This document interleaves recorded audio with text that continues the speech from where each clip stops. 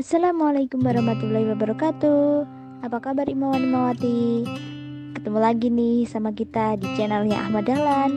Nah, di sini kita dari bidang kader Komisariat Ahmad Dahlan IMM Kota Salatiga akan mereview buku Memahami Ideologi Muhammadiyah karya Dr. Haidar Nasir MSI Part 5 Kepribadian Muhammadiyah.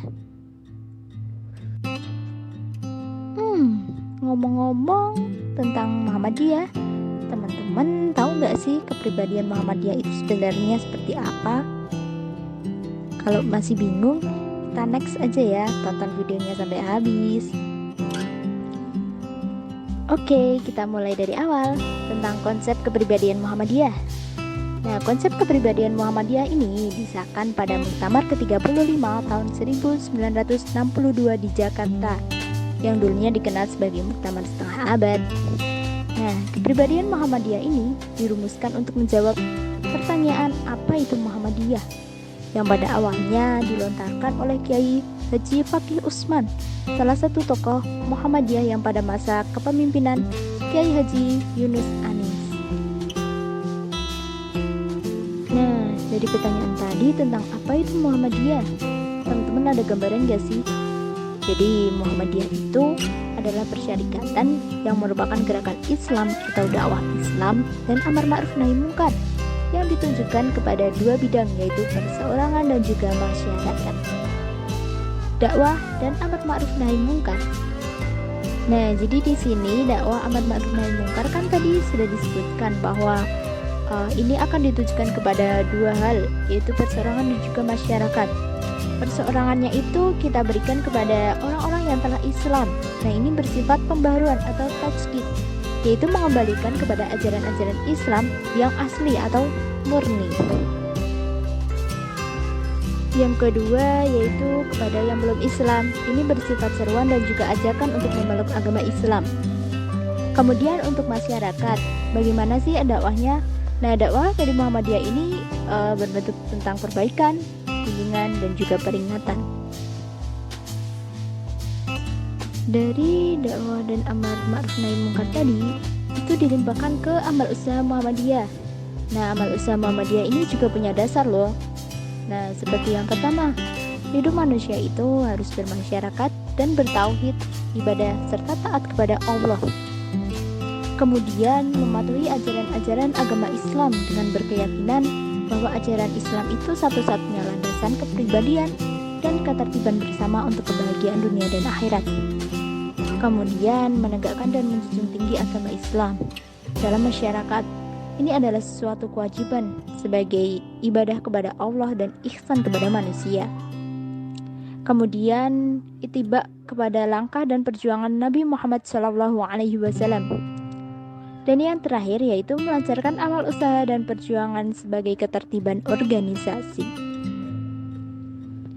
Kemudian mengenai pedoman amal usaha dan perjuangan Muhammadiyah, ini berpegang teguh akan ajaran-ajaran Allah dan Rasul-Nya, bergerak membangun di segenap bidang dan lapangan dengan menggunakan cara serta menempuh jalan yang diridhoi Allah.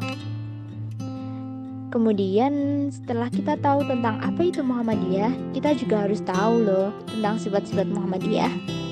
Sifat-sifat Muhammadiyah itu ada 10.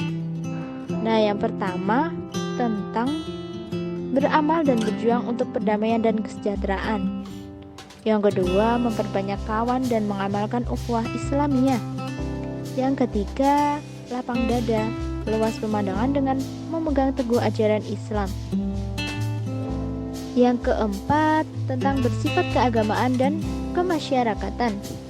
Yang kelima, mengindahkan segala hukum, undang-undang, peraturan, serta dasar dan falsafah negara yang sah. Dan yang keenam, tentang amar ma'ruf nahi munkar dalam segala lapangan, serta menjadi contoh teladan yang baik.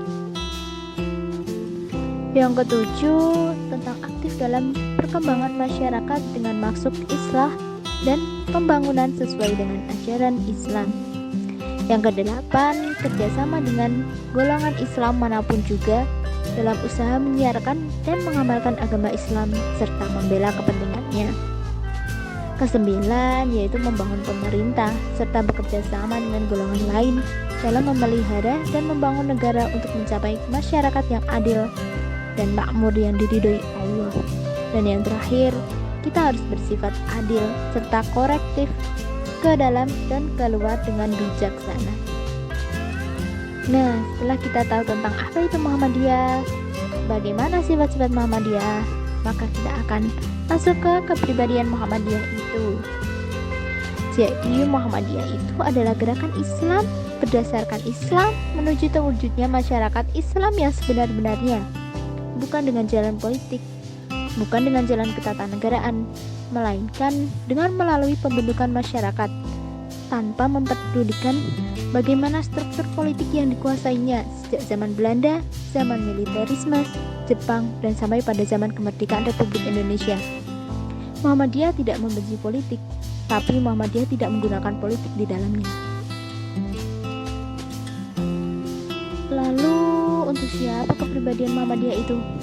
Kepribadian Muhammadiyah ini pada dasarnya adalah memberikan pengertian dan kesadaran kepada para warga kita agar mereka itu tahu tugas dan kewajibannya, tahu sandaran atau dasar-dasar beramal usahanya, juga tahu sifat-sifat atau bentuk atau irama bagaimana mereka harus bertindak, bersikap pada saat melaksanakan tugas kewajibannya. Muncul pertanyaan tentang bagaimana kita harus mengimplementasikan kepribadian Muhammadiyah ini. Jadi sebenarnya tidak ada cara lain dalam memberikan atau menuntun kepribadian Muhammadiyah ini, kecuali harus dengan teori dan praktek penanaman pengertian dan pelaksanaan. Seperti penandasan atau pendalaman materi tentang dakwah, menggembirakan dan memantapkan tugas dakwah. Kemudian kita juga harus memberikan tugas-tugas kepada para warga Muhammadiyah itu, bukan hanya sebagai sukarela. Lalu kita juga harus menyesuaikan dengan zaman. Kita harus selalu melakukan evaluasi dan juga musyawarah, baik itu di pimpinan cabang, ranting, dan juga di pimpinan pusat.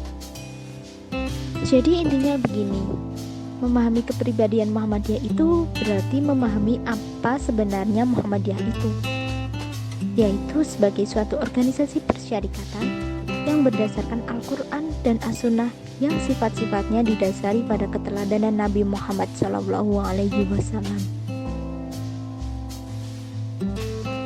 Oke, alhamdulillahirrabbilalamin, materi kita sudah selesai hari ini. Terima kasih untuk teman-teman yang sudah menonton sampai akhir. Terima kasih. Dan jika teman-teman masih ada yang mengganjal atau ingin bertanya, langsung saja ya di komen di bawah ini. Jangan lupa like and subscribe. See you on the part 6. Oke, saya tutup. Wabillahi taufiq wal hidayah. Fastabiqul khairat. Assalamualaikum warahmatullahi wabarakatuh.